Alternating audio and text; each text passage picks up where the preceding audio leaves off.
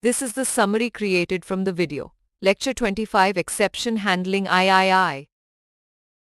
In addition to the try, catch, finally throw, and throws keywords, Java offers a comprehensive exception handling mechanism with built-in exception classes and packages.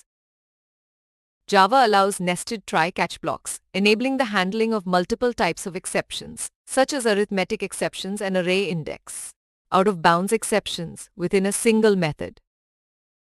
The java.lang package provides a class hierarchy under the throwable class, with subclasses like runtime exception and exception, catering to different types of errors and exceptions, along with methods like getMessage, getCause, and print stack trace for effective exception handling.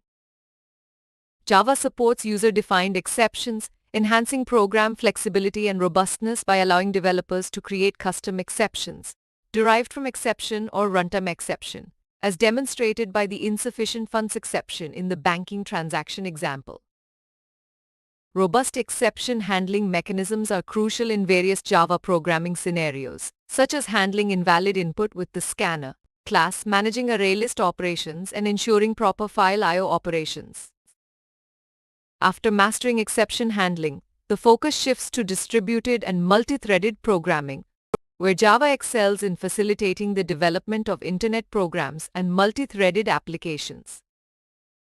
In summary, nested try-catch blocks, built-in exception classes, user-defined exceptions, and proper exception handling techniques contribute to the development of robust and efficient Java programs, setting the stage for exploring multi-threading and distributed programming concepts.